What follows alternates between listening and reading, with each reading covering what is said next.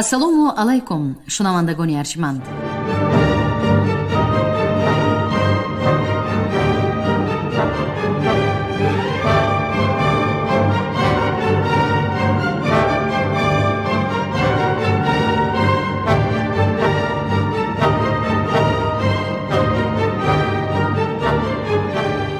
ба таваҷҷӯҳи шумо гуфтор аз силсилаи хониши адабӣ.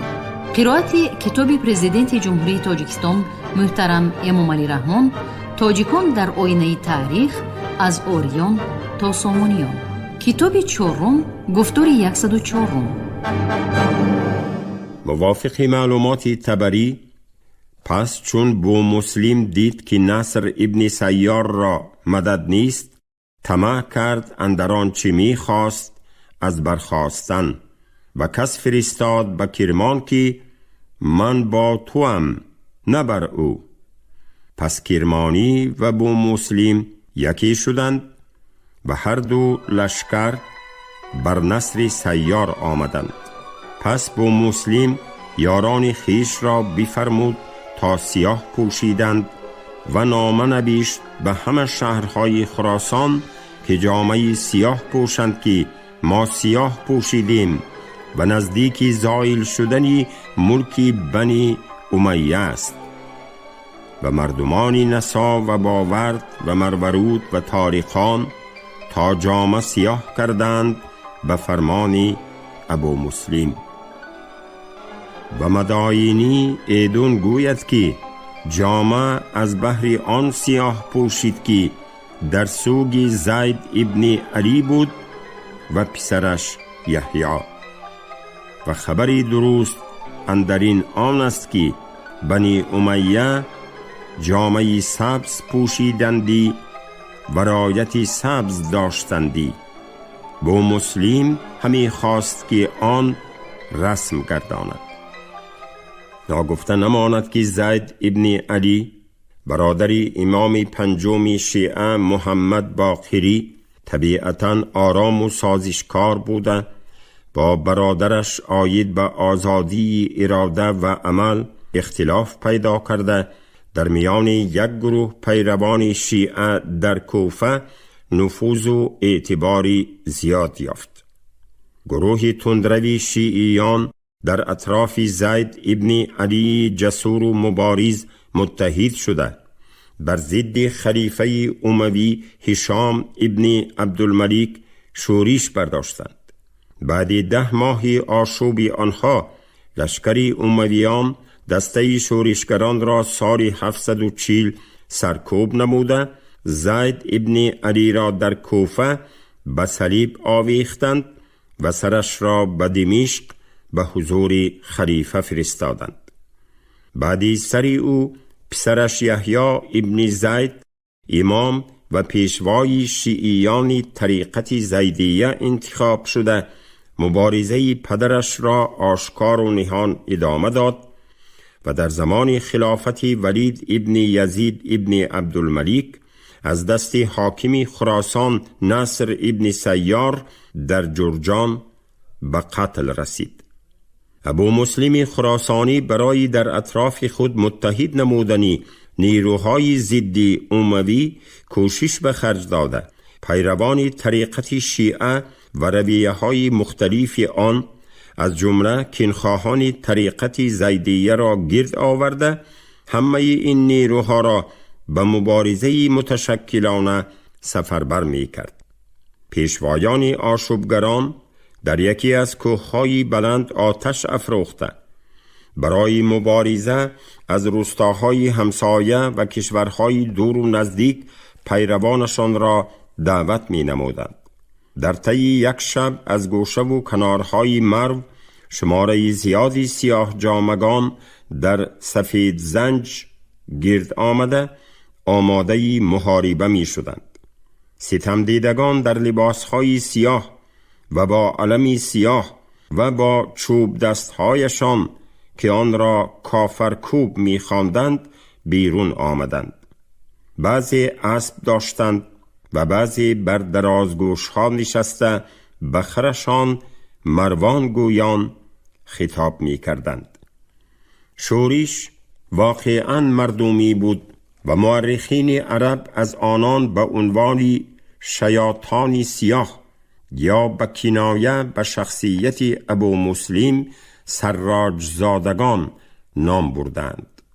به قول مورخ سراول از 60 روستاهای گرد و اطراف مرو قریب 2200 تن سروران سیاه جامگان گرد آمده در روز عید نماز گزاریدند و تحت سروری ابو مسلم علیه امویان آشوب اعلان کردند.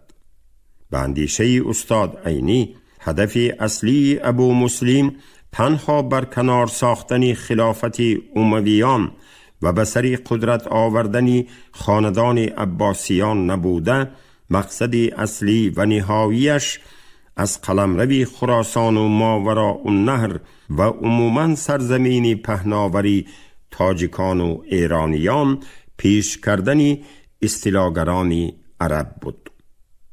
از بس که ابو مسلم نمی توانست این هدف ملی وطنخواهانه را آشکارا پیش گیرد، بنابراین کار آسان طرفداری یک خاندان عرب ها را کرده، خاندان دیگری آنها را که در حاکمیت ریشه دواندند و با ظلم و بیداد خود نفرت و غضب عامه را به خود جلب کردند زده غلطاندن بود. با همین کار قوه عرب ها دو تقسیم شده، یک قسم دیگری خود را می زدند و در آن وقت ممکن بود که مقصد اساسی ابو مسلم نسبتاً آسانتر به دست درآید. اگر این مطلب را کوتاه‌تر و ساده‌تر کرده گوییم، مقصد حقیقی و آخرین ابو مسلم تأسیس کردن یک حکومت محلی در خراسان، ماوراء النهر و عموماً در ولایت‌های تاجیکان، ایرانیان بوده، بروی کار آوردن عباسیان برای رسیدن به این مقصد یک منزل یا اینکه یک پاخونده بود.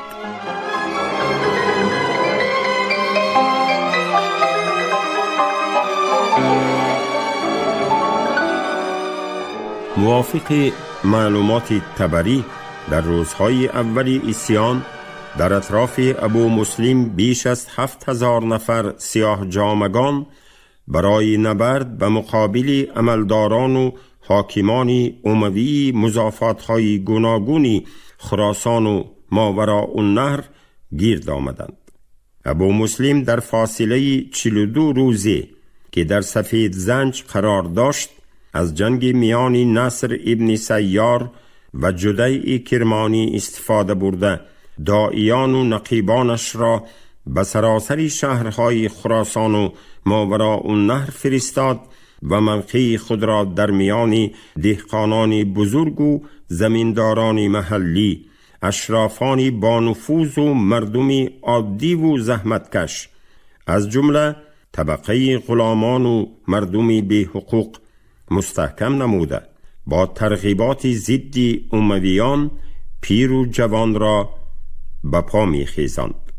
ابو مسلم با تیزهوشی و کاردانی و قابلیت بلندی تشکیلاتچیگی شورشگران را به دسته‌های معین تقسیم نموده، با آنها 12 نفر پیشوا یا نقیب را سرور گذاشت تا که نبرد و مبارزه ها متشکلانه و هدفمندانه صورت گیرند. او اساساً به دهقانان و شخصیت‌های با نفوذ خراسان و ماوراء النهر تکیه می کرد که خالد برمکی با پسرانش ابو منصور طلحه، قحطبه شبیب، اسد ابن عبدالله و دیگران از جمله آنها بودند. از تمام شهرهای خراسان و ماوراء النهر، مرو و نیسا، ابیورد و توس، نیشاپور و سرخس، هرات و بوشنج، بلخ و چغانیان، کیش و نصف و تخارستان و ختلان در حدود 100,000 آشوبگرانی پیاده و سواره سیل آصاف فرود آمده تحت سروری ابو مسلم به جبهه‌های محاربه تقسیم می شدند. به قول طبری ابو مسلم به گزگان کسانی خیش را فرستاد تا یحیی ابن زید را از دار گرفته کفن کردند و آنها هر کی را از هواخواهان بنی اموی پیدا می کردند بیرحمانه می کشتند.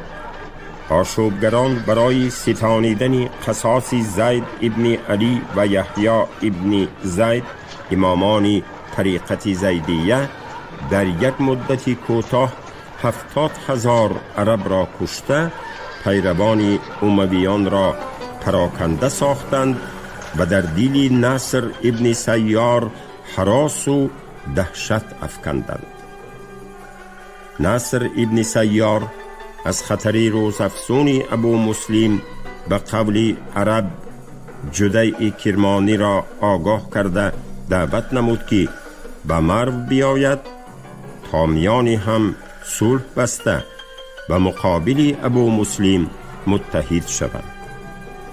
هنگامی که جدی کرمانی همراه 100 تن مقربانش برای صلح بستن به مرو آمد، جلادان نصر ابن سیار به او حمله آورده ناگهان کشتند و سرش را به خلیفه مروان فرستادند.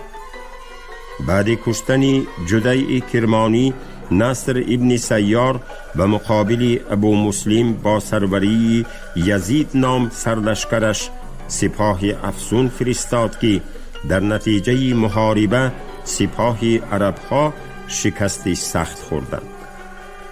پس از پیروزی ابو مسلم چندین حاکمان و عملداران از جمله حاکم توس اسد ابن عبدالله جانب ابو مسلم گذشته جامه سیاه پوشیدند و شماره لشکری او در یک مدتی کوتاه از 100,000 گذشت.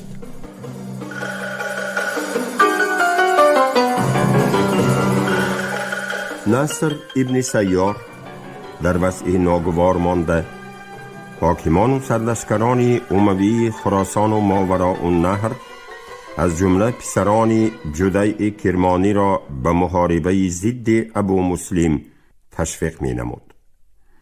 ولی در این دعوت او چندان جانبداری پیدا نمی کرد، زیرا ابو مسلم دوراندیش و زیرک نیز به نزد پسران خونطلب جدی کرمانی و چندین حاکمان و سرلشکران جبردیده عرب سفیران خود را فرستاده با آنها عهد و پیمان صلح بسته بود. هنگامی که نصر ابن سیار با جنگاوران خستهار خود علیه پسران خونطلب جدی کرمانی زد و خورد داشت، ابو مسلم با سرعت برقاسا به مدد آنها رسیده مرو را محاصره نمود و حال نصر ابن سیار را به تنگ آورد. به قول طبری کار ابو مسلم پس از این محاربه روز تا روز بالا می گرفت، شماره پیروانش می افزود و نصر ابن سیار که در جنگ با پسران جدی کرمانی جراحت برداشته بود با ترس و هراس در قلعه مرو انتظار عاقبت تقدیرش می نشست. کار تا جایی رسیده بود که مردم خراسان و ماوراء النهر در خطبه ها نام ابو مسلم را یاد می کردند و سر از اطاعت نصر ابن سیار می پیچیدند. و خراسان دو گروه شدند و اندر برخی از شهرهای خراسان خطبه بر مروان کردندی و اندر برخی به بو مسلم و کار سخت شد میانی بو مسلم و نصر و هرگاه که به یکدیگر فراز شدندی یکدیگر را دشنام دادندی و لعنت کردندی و مردمان خراسان میل به بو مسلم کردند و هوای او خواستند و فرمانی او کردند و خراج بدو دادند. ابو مسلم فرصت را مناسب یافته در مرو به حضور نصر ابن سیار 4 تن مقربان خیش اسماعیل جرجانی، برادر او عمرو ابن اسماعیل سلیمان ابن کثیر و لاحیز ابن قریظ را فرستاد تا به نصر ابن سیار برسانند که از نام پیشوای خاندان عباسیان امام ابراهیم نامه رسیده که به آنها بیعت نماید و امین و آسوده بماند. نصر ابن سیار سفیران را پذیرفت، اندر حجره جای داد و خود بیرون آمده اسبی را از آخر سالارش درخواست و در شب تاریک با چندی از غلامانش رو به سمت نیشاپور آورد.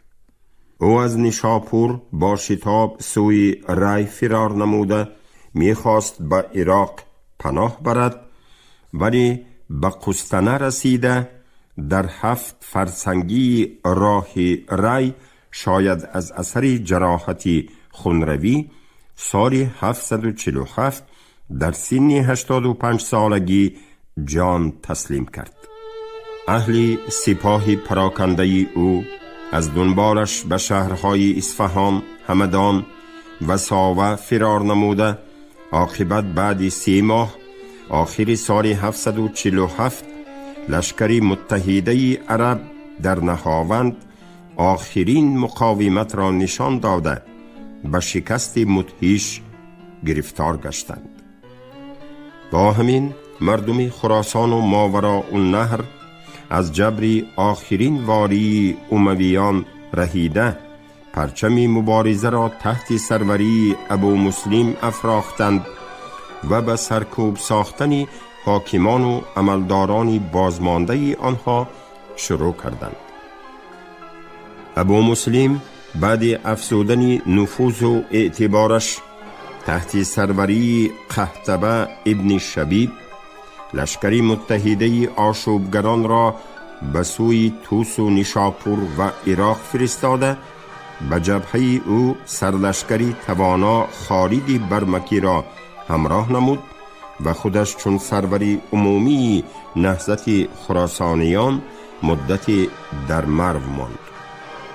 خالد برمکی اصلا یکی از سرآمدان خاندان برمکیان بوده، در حکومت محلی بلخ منصبی داشت و بعد خروج ابو مسلم همراه جانبدارانش به طرف او گذشت و چون سرلشکری زیرک و توانا در فتح عراق و بغداد کارنمایی ها نشان داد و دیرتر با توصیه ابو مسلم از جانب خلیفه ابوالعباس سفاح به وزیری پذیرفته شد.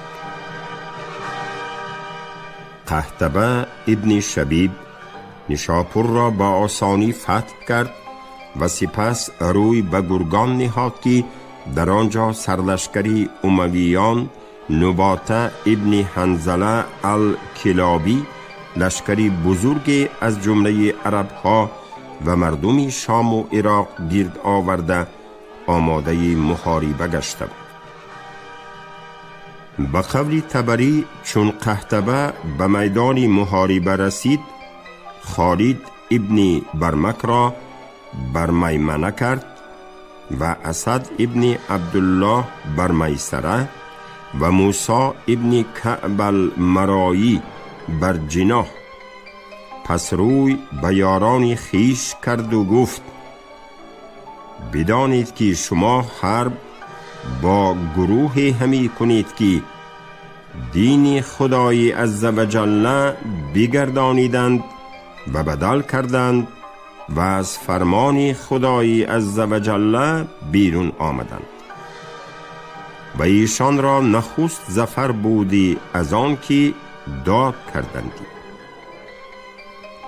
پس بگردانیدند تا خدای عزوجل با ایشان خشم گرفت و پادشاهی از ایشان باز ستد و فرزندان پیغمبر خدای را آنچه یافتند بکشتند و هر جا که کسی بود از دوستداران اهل بیت همه را بکشتند و زنان ایشان بزنی کردند و فرزندان ایشان برده کردند و بر همین حال همی بودند تا اکنون که خدای عزوجل شما را مرتبه داد و بزرگوار کرد و مسلط کرد بر شام تا داد و کینه بکشید.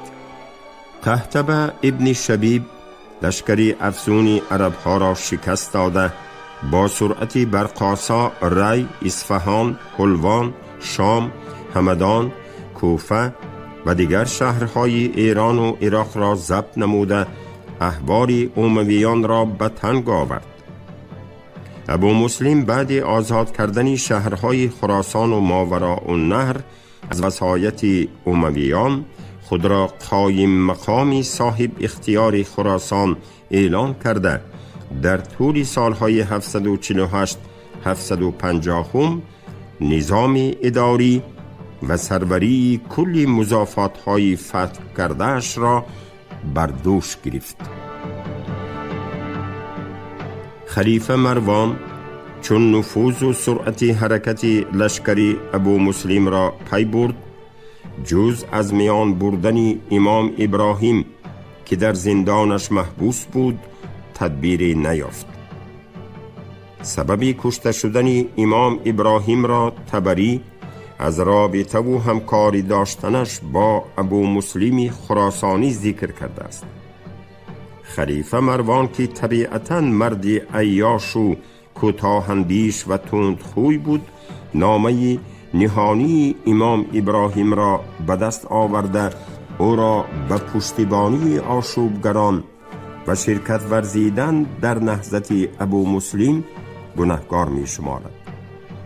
ولی امام ابراهیم این گناه را رد نموده می گوید: من دعوت نکردم و ابو مسلم مرا نشناسد و من او را.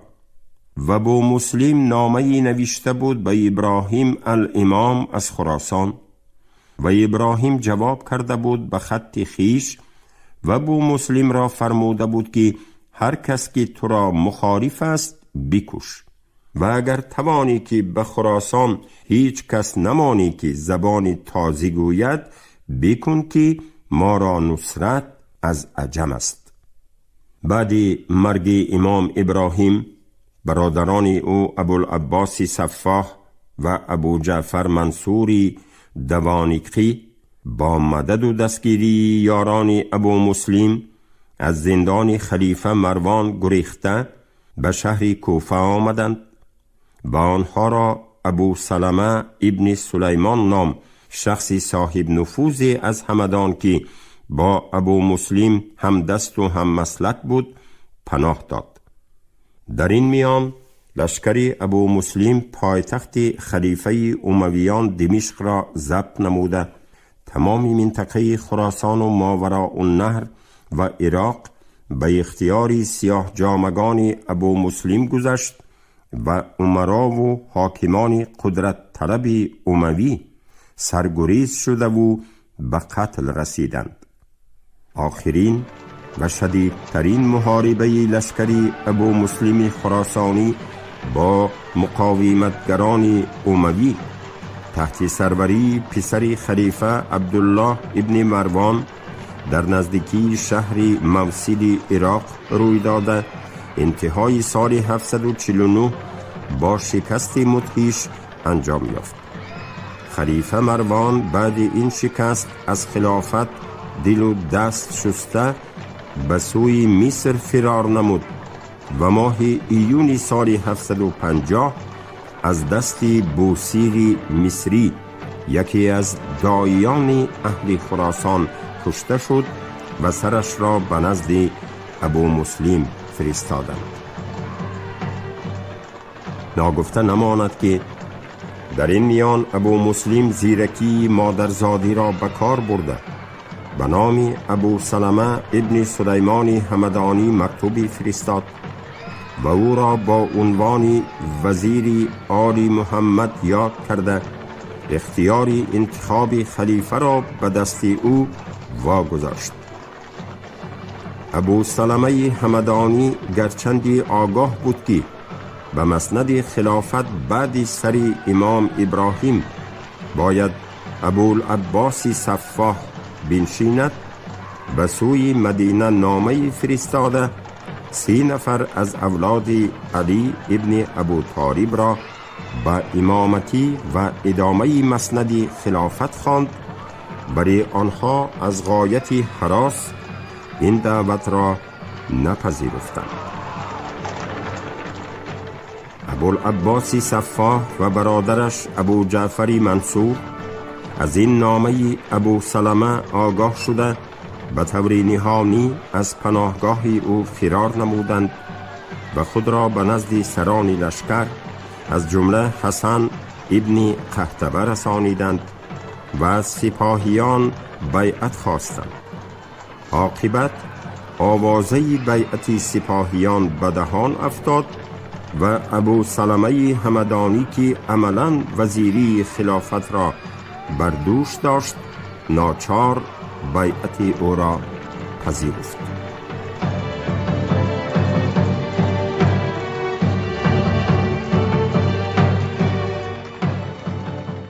همین طریق بعد فتح شهر دمشق و رو به فرار آوردن خلیفه مروان، برادر امام ابراهیم ابوالعباس صفاح ماه اکتبر سال 749 از خاندان عباسیان نخستین شده به مسند خلافت نشست. ابو مسلم که در مرو قرار داشت از این حال ناچار مانده برای به تخت خلافت رسیدن ابوالعباس صفاح و خاندان عباسیان مانعی ظاهر نکرد. شاید او می‌خواست زیر وصایت خلیفه صفاح که هنوز مقام و منزلت استوار نداشت نفوذش را در قلمرو خراسان و ماوراء النهر دوچند افزوده پرچم استقلالیت را در سرزمین اجدادی برافرازد. هفته نگذشته سال 749 ابو مسلم خراسانی از جانب عباسیان قایم مقام خراسان و ماوراء النهر تعیین گردید که او نخستین والی خلافت اسلام از مردم تاجیک و ایرانی تبار بود.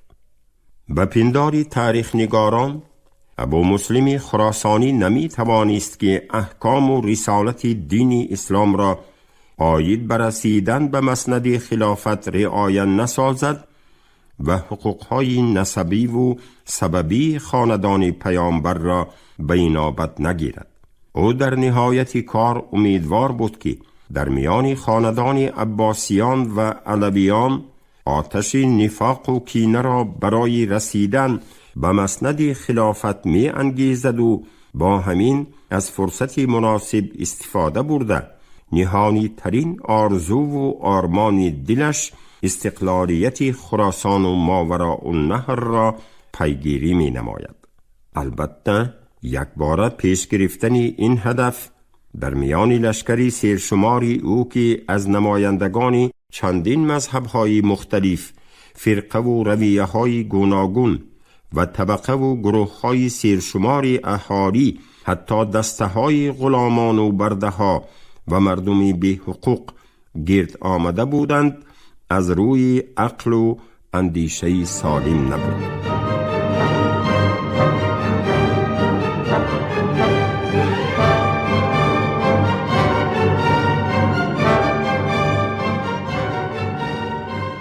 شنوندگان گرامی، شما گفتار 104 را از کتاب پرزیدنت جمهوری تاجیکستان محترم امامعلی رحمان تاجیکان در آینه تاریخ از اوریان تا سامونیان شنیدید. راوی علیزاده عبدالرشید خوجمقل، کارگردان شیرعلی نفضلی. پایان گفتار از سلسله خوانش ادبی.